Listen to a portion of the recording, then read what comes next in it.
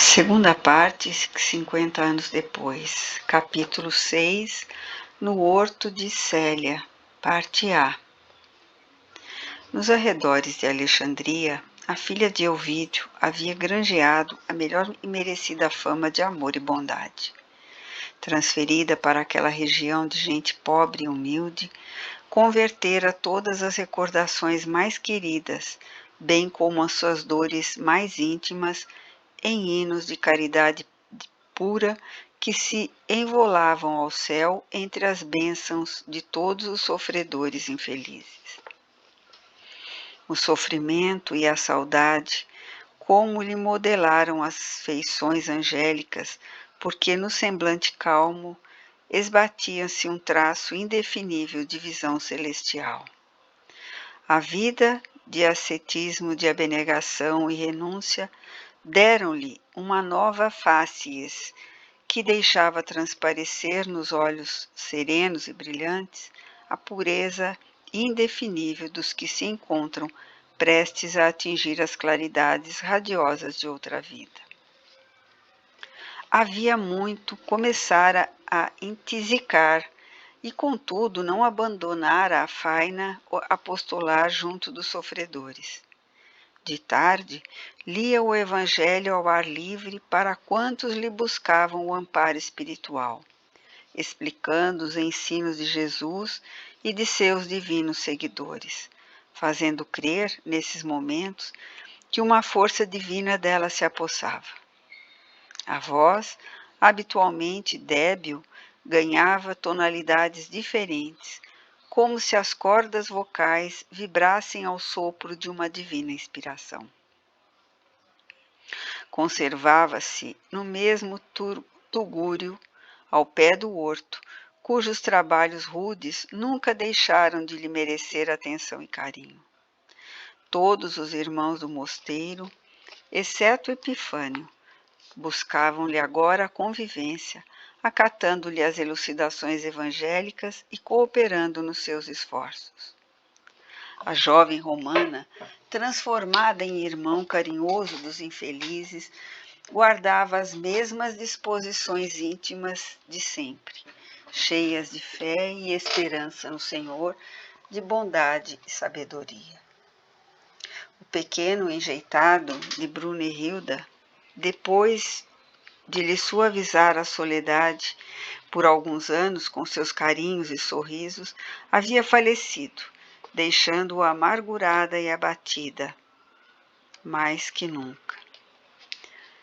Impressionada com o acontecimento, Célia deprecara fervorosamente. E uma noite, quando se entregava à solidão de suas preces e meditações, divisou a seu lado o vulto de Quinéio Lúcio, contemplando-a com infinita ternura. Filha querida, não te magoe essa nova separação do ser idolatrado. Prossegue na tua fé, cumprindo a missão divina que o Senhor ouve por bem deferir à tua alma sensível e generosa. Depois de perfumar por alguns anos a sua tenda terrena, o espírito de Ciro volve de novo ao além para saturar-se de forças novas. Não desanimes pela saudade que te punge o coração sensibilíssimo, pois nossa alma semeia o amor na terra para vê-lo florir nos céus, onde não chegam as tristes inquietações do mundo. Além do mais, Ciro tem necessidade dessas provações que lhe hão de temperar a vontade e o sentimento para os gloriosos feitos do seu porvir espiritual. Nessa altura, a amorável entidade deteve-se como que intencionalmente, a fim de observar o efeito de suas palavras. Desfeita em lágrimas, a jovem falou mentalmente, como se palestrasse com o avô no ádito do coração. Não duvido de que todas as dores nos são enviadas por Jesus a fim de aprendermos o caminho da redenção divina. Mas qual a razão dessas vidas temporárias de Ciro na terra? Se ele tem chegado a viver num ambiente humano, ainda necessitado das experiências terrestres, por que vem a morte decepando as nossas esperanças? Sim, replicou a entidade amorosamente, são as leis da prova que regem os nossos destinos. Mas Ciro, há alguns anos, não chegou a morrer pelo Divino Mestre no martírio e no sacrifício? Filha, entre os mártires do cristianismo, há os que se desprendem do mundo em missão sacrossanta, e os que morrem para os mais penosos resgates. Ciro é do número destes últimos. Em séculos anteriores, foi um déspota cruel, exterminando esperanças e envenenando corações. Mergulhado depois na luta expiatória, renegou as dores santificantes e enveredou pela senda ignominiosa do suicídio. É justo, pois, que agora aprecie os benefícios da luta e da vida, na dificuldade de os readquirir para a sua redenção espiritual, ansiosamente colimada. As experiências fracassadas hão de valorizar o seu futuro de realizações e esforços nobilíssimos. Em face da dor e do trabalho no porvir que se aproxima, seu coração amará todos os detalhes da luta redentora. Saberá prezar no trabalho ingente e doloroso os recursos sagrados da sua elevação para Deus, reconhecendo a grandeza do esforço, da renúncia e do sacrifício. Confortada com os esclarecimentos do mentor espiritual, logo entreviu outra claridade, de semblante nobre e triste, a contemplá-la num misto de alegria e amargura. Estranhando a visão, sentiu que a palavra carinhosa do avô esclarecia. Não te surpreendas, nem te assustes. Tua mãe hoje, no plano espiritual, aqui vem comigo trazer-te o coração bondoso e agradecido. Dolorosas emoções lhe vibraram no íntimo, por força daquelas revelações inesperadas. As lágrimas se fizeram mais amargas e copiosas. Duvidava da própria evidência, lembrando o passado com seus espinhos e sombras desoladoras. Mas, anjo ou sombra, o espírito alba Lucínia, como que submerso num véu de tristeza impenetrável, aproximou-se e lhe beijou as mãos. Célia desejava que aquela entidade triste e benfazeja lhe dissesse algo ao coração. A sombra materna, porém, continuava muda e consternada. Contudo, sentiu que na mão direita que a sombra osculara, persistia uma sensação indefinível, como se, com seu beijo, Alba Lucínia trouxesse também uma lágrima ardente e dolorida. Ante o choque inesperado, a jovem romana notou que ambas as entidades escapavam novamente ao seu olhar.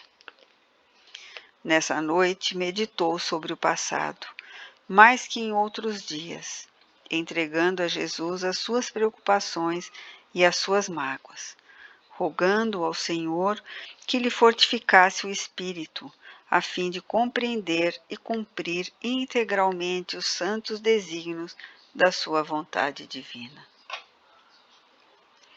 No dia imediato ao de suas amargas reflexões concernentes ao passado doloroso, grande multidão buscava-lhe os fraternos serviços. Eram velhinhos desolados à cata de uma palavra consoladora e amiga, mulheres das povoações mais próximas que lhe traziam os filhinhos enfermos, sem falar das muitas pessoas procedentes de Alexandria, em busca de lenitivo espiritual para os dissabores da vida. À medida que as cercanias do mosteiro se enchiam de viaturas, seu vulto franzino e melancólico desdobrava-se em esforços inauditos para consolar e esclarecer a todos. De vez em quando um acesso de tosse sobrevinha, provocando a piedade alheia. Ela, porém, transformando a sua fragilidade em energia espiritual inquebrantável, parecia não sentir o aniquilamento do corpo, de modo a manter sempre acesa a luz da sua missão de caridade e de amor. De tarde, invariavelmente, procedia às leituras evangélicas, ouvidas pelos visitantes numerosos e pela gente simples do povo. Foi aí, aos lampejos do crepúsculo, que seus olhos atentaram numa viatura elegante e nobre, de cujo interior saltava Elvídio Lúcius, que o seu coração filial identificou imediatamente. O antigo tribuno, encontrando a pequena assembleia ao ar livre, procurou acomodar-se como pôde, enquanto, nos traços fisionômicos do irmão Marinho, surgiam os sinais da emoção que lhe vibrava na alma. Entretanto, sua palavra prosseguia sempre, saturada de intensa ternura, em minudente comentário à parábola do Senhor. Os irmãos dos infortunados e dos doentes falava das pregações do Tiberíades, como se houvesse conhecido a Jesus de Nazaré, tal a fidelidade e a amorosa vibração da sua palavra. Enlevado na contemplação do maravilhoso quadro, o filho de Quinéio Lúcius fixou o famoso missionário, tomado de surpresa estranha. Aquela voz, aquele perfil lembrando um mármore precioso, burilado pelas lágrimas e sofrimentos da vida, não lhe recordavam a própria filha? Se aquele irmão Marinho vestisse a indumentária feminina, raciocinava o tribuno vivamente interessado, seria a imagem perfeita da filhinha que ele vinha buscando por toda parte, sem consolação e sem esperança. Assim, conjeturando, seguia-lhe a palavra, cheio de surpresa cariciosa. Ninguém ainda lhe falara do Evangelho com aquela clareza e simplicidade, com aquela unção de amor e firmeza que, instintivamente, lhe penetravam o coração, propiciando-lhe um brando consolo. Fizera a viagem de Hóstia a Alexandria abatido e enfermo. Seu estado orgânico chegara a despertar o interesse de alguns amigos romanos, a ponto de insistirem pelo seu imediato regresso à metrópole. Profundo cansaço transparecia-lhe dos olhos tristes, de uma tristeza inalterável e de um penoso desencanto da vida. Mas, ao ouvir aquele apóstolo extraordinário, cheio de benevolência e brandura, experimentava no imo um alívio salutar. A brisa vespertina afagava-lhe levemente o rosto, com os derradeiros reflexos do sol a diluir-se em nuvens distantes.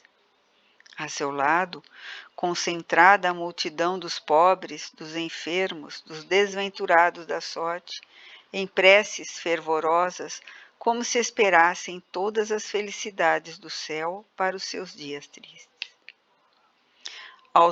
A poucos passos, a figura esbelta e delicada do irmão dos infortunados e aflitos, que lhe falava ao coração com maravilhosa suavidade. A Elvídio Lúcius pareceu-lhe fora transportado a um país misterioso, cheio de figuras apostólicas, e sentia-se entre aqueles crentes anônimos na posse de um bem-estar indizível. Desde a dolorosa desencarnação da companheira, tinha o espírito mergulhado num véu de amarguras atrozes. Nunca mais desfrutara a tranquilidade íntima sob o peso das suas angústias pungentes. Entretanto, os ensinamentos do irmão Marinho, suas considerações e suas preces proporcionavam-lhe intraduzível esperança. Figurou-se-lhe que bastava aquele instante breve para que pudesse reerguer a confiança num futuro espiritual pleno de realidades divinas. Sem poder explicar a causa de sua emotividade, começou a chorar silenciosamente, como se somente naquele instante houvesse afeiçoado, de fato, o coração às belezas imensas do cristianismo.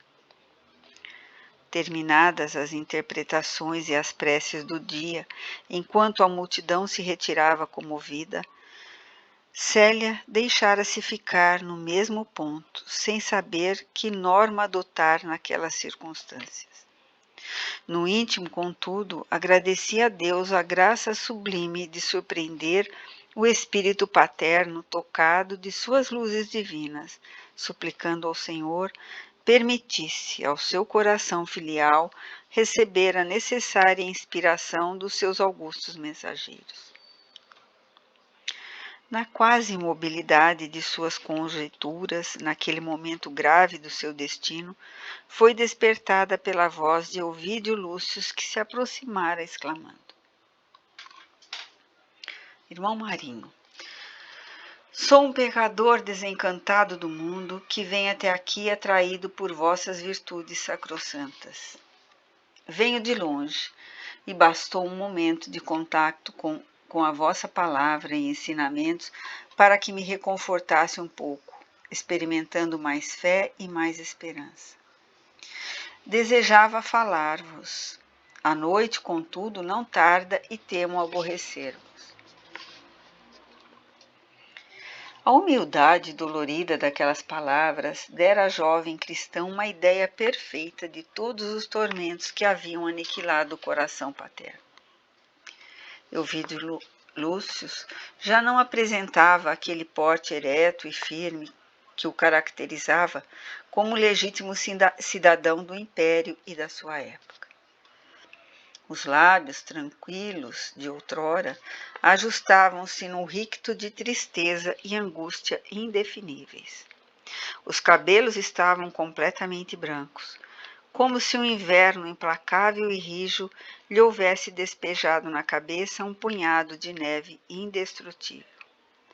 Os olhos, aqueles olhos que tantas vezes lhe patentearam uma energia impulsiva e orgulhosa, eram agora melancólicos, espraiando-se com humildade sincera por toda parte, ou dirigindo-se com expressões súplices para o alto, como se de há muito estivessem mergulhados nas mais angustiosas rogativas. Célia compreendeu que uma tempestade dolorosa e inflexível havia desabado sobre a alma paterna para que se pudesse realizar aquela metamorfose. Meu amigo, murmurou de olhos úmidos, rogo a Deus que se não dissipem as vossas impressões primeiras, e é em seu nome que vos ofereço a minha choupana humilde. Se vos apraz, ficai comigo, pois terei um grande júbilo com a vossa presença generosa. Ovídio Lúcius aceitou o delicado oferecimento, enxugando uma lágrima.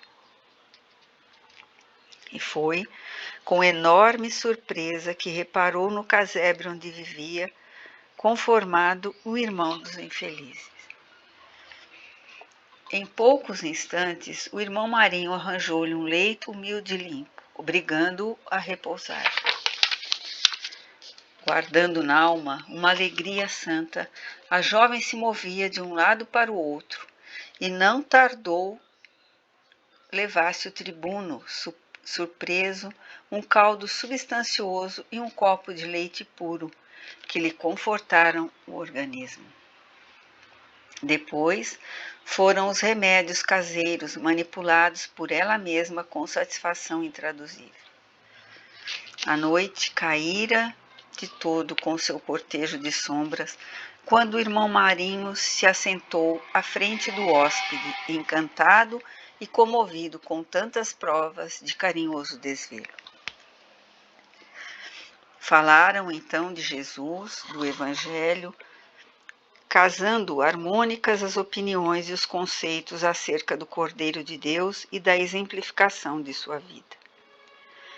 De vez em quando, o tribuno contemplava o interlocutor com um mais acentuado interesse, guardando a impressão de que o conhecera a alhures. Por fim, dentro do profundo bem-estar em que sentia renascer-lhe no íntimo, Elvídio Lúcio ponderou. Cheguei ao cristianismo qual náufrago após as mais ásperas derrotas do mundo. Sinto que o Divino Mestre endereçou à minha alma todos os apelos suaves da sua misericórdia. No entanto, eu estava surdo e cego no âmbito de lamentáveis desvarios. Foi preciso que uma hecatombe desabasse em meu lar e sobre o meu destino, para que no fragor da tempestade destruidora conseguisse romper as muralhas que me separavam da nítida compreensão dos novos ideais florescentes para a mentalidade e o coração do mundo. Jamais confiei a alguém os episódios pungentes da minha vida, mas sinto que vós, apóstolo de Jesus e seguidor do Mestre na exemplificação do bem, podereis compreender minha existência, ajudando-me a raciocinar evangelicamente, para que cumpra os meus deveres nestes últimos dias de atividade terrena.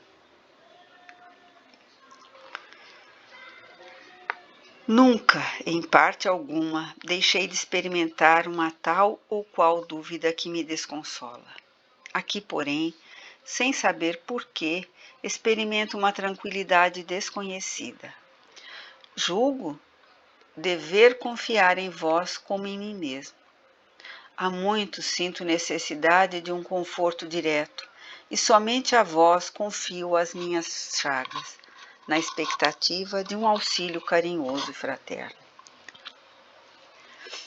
Se isso vos faz bem, meu amigo, obtemperou a jovem, enxugando uma lágrima discreta, podeis confiar no meu coração que rogará ao Senhor pela vossa paz espiritual em todos os transes da vida. E enquanto o irmão Marinho lhe acariciava a cabeça encanecida prematuramente, atormentado por dolorosas recordações, Elvídio Lúcio, sem saber explicar o motivo de sua confiança, começou a contar-lhe o penoso romance da sua existência. De vez em quando, a voz tornava-se abafada por uma que por outra lembrança ou episódio. A cada pausa, o interlocutor comovido respondia ao seu estado d'alma com essa ou aquela advertência, traindo as próprias reminiscências. O tribuno surpreendia-se com isso, mas atribuía o fato às faculdades divinatórias, presumíveis no apóstolo do amor e da caridade pura que tinha à sua frente. Depois de longas horas de confidência em que ambos choravam silenciosamente, Elvídio concluía. Aí tem, irmão Marinho, minha história amargurada e triste. De todas as tragédias lembradas, guardo profundo remorso, mas o que mais me acabrunha é lembrar que fui um pai injusto e cruel. Um pouco mais de calma e um pouco menos de orgulho teria chegado à verdade, afastando os gênios sinistros que pesavam sobre meu lar e o meu destino. Relembrando esses acontecimentos ainda, hoje me sinto transportado ao dia terrível em que expulsei do coração a filha querida. Desde que me certifiquei da sua inocência, procuro-a, ansioso por toda parte. Parece-me, contudo, que Deus, punindo os meus atos condenáveis, entregou-me aos supremos martírios morais para que eu compreendesse a extensão da falta. É por isso, irmão, que me sinto réu da justiça divina, sem consolação e sem esperança. Tenho a impressão de que, para reparar meu grande crime, terei de andar como o judeu errante da lenda, sem repouso e sem luz no pensamento. Pela minha exposição sincera e amargurada, compreendeis agora que sou um pecador, desiludido de todos os remédios do mundo. Por isso, resolvi apelar para a vossa bondade, a fim de me proporcionardes um lenitivo. Vós que tendes iluminado tantas almas, apiedai-vos de mim, que sou um náufrago desesperado. As lágrimas abafaram-lhe a voz. Célia também o ouvia de olhos molhados, sentindo-se tocada em todas as fibras do seu coração de filha meiga e afetuosa. Desejou revelar-se ao pai, beijar-lhe as mãos encarquilhadas, dizer-lhe do seu júbilo em reencontrá-lo, no mesmo caminho que a conduzia para Jesus. Quis afirmar que o amara sempre e olvidar o passado de prantos dolorosos, a fim de poderem ambos elevar-se para o Senhor, na mesma vibração de fé. Mas uma força misteriosa e incoercível paralisava-lhe o ímpeto. Foi assim que murmurou carinhosamente: Meu amigo, não vos entregueis de todo ao desânimo e ao abatimento. Jesus é a personificação de toda a misericórdia e há de certamente confortar-vos o coração. Creiamos e esperemos a sua bondade infinita. Mas, obtemperava Elvídio Lúcio na sua sinceridade dolorosa, eu sou um pecador que se julga sem perdão e sem esperança. Quem não o seria neste mundo, meu amigo? Exclamou Célia, cheia de bondade. Porventura não seria destinada a todos os homens a lição da primeira pedra? Quem poderá dizer nunca errei no oceano de sombras em que vivemos? Deus é o juiz supremo e na sua misericórdia inexaurível não pode cobrar aos filhos um débito inexistente. Se vossa filha sofreu, houve em tudo uma lei de provações que se cumpriu conforme a sabedoria divina. No entanto, gemeu o tribuno em voz amarga, ela era boa e humilde, carinhosa e justa. Além do mais, sinto que fui impiedoso, pelo que experimento agora as mais rudes acusações da própria consciência. E como se quisesse transmitir ao interlocutor a imagem exata das suas reminiscências, o filho de Quinéio Lúcio acrescentou, enxugando as lágrimas.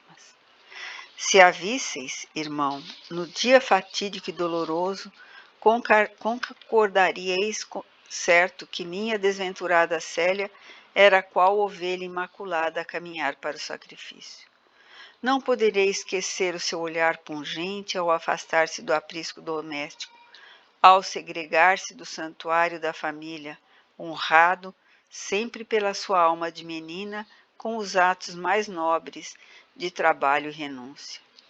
Recordando esses fatos, vejo-me qual tirano que, depois de abandonar a toda sorte de crimes, andasse pelo mundo mendigando a própria justiça dos homens, de modo a experimentar o desejado alívio da consciência. Ouvindo-lhe as palavras, a jovem chorava copiosamente, dando curso às suas próprias reminiscências eivadas de dor e de amargura. Sim, irmão, continuou o tribuno angustiado, sei que chorais pelas desventuras alheias. Sinto que as minhas provas tocaram igualmente o vosso coração. Mas dizei-me, que deverei fazer para encontrar de novo a filha bem-amada? Será que também ela tenha buscado o céu sob o látigo das angústias humanas? Que fazer para beijar-lhe um dia as mãos antes da morte? Essas perguntas dolorosas encontravam tão somente o silêncio da jovem, que chorava comovida. Breve, porém, como tomada de súbita resolução, acentuou. Meu amigo, antes de tudo, precisamos confiar plenamente em Jesus, observando que todos os nossos sofrimentos, a determinação sagrada da sua sabedoria e bondade infinitas. Não desprezemos, porém, o tempo a lastimar o passado. Deus abençoa os que trabalham, e o Mestre prometeu amparo divino a quantos laborem no mundo, com perseverança e boa vontade. Se ainda não reencontraste a filhinha carinhosa, é necessário dilatar os laços do sangue. a fim de que eles se conjuguem aos laços eternos e luminosos da família espiritual. Deus velará por vós, desde que, para substituir o afeto da filha ausente, busqueis estender o coração a todos os desamparados da sorte. Há milhares de seres que suplicam uma esmola de amor aos semelhantes. Debalde mostram os braços nus aos que passam felizes pelos caminhos floridos de esperança mundanas. Conheço Roma e o turbilhão de suas misérias angustiosas. Ao lado das residências nobres das Carinas, dos edifícios soberbos do Palatino e dos bairros aristocráticos, há os leprosos da Suburra, os cegos do Velabro, os órfãos da Via Nomentana, as famílias indigentes dos Trastevere, as negras misérias do Esquilino. Estendei vosso braço às filhas dos pais anônimos ou dos lares desprotegidos da fortuna. Abracemo-nos com os miseráveis, repartamos nosso pão para mitigar a fome alheia. Trabalhemos pelos pobres e pelos desgraçados, pois a caridade material, tão fácil de ser praticada, nos levará ao conhecimento da caridade moral, que nos transformará em verdadeiros discípulos do Cordeiro. Amemos muito. Todos os apóstolos do Senhor são unânimes em declarar que o bem cobre a multidão de nossos pecados. Toda vez que nos desprendemos dos bens deste mundo, adquirimos tesouros do alto, inacessíveis ao egoísmo e à ambição que devoram as energias terrestres. Convertei o supérfluo de vossas possibilidades financeiras em pão para os desgraçados. Vesti os nus, protegei os orfãozinhos. Todo o bem que fizermos aos desamparados constitui moeda de luz que o Senhor da Seara entesoura para a nossa alma. Um dia nos reuniremos na verdadeira pátria espiritual, onde as primaveras do amor são infindáveis. Lá, ninguém nos perguntará pelo que fomos, enxugamos e que fomos no mundo, mas seremos inquiridos sobre as lágrimas que enxugamos e as boas ou as más ações que praticamos na estância terrena.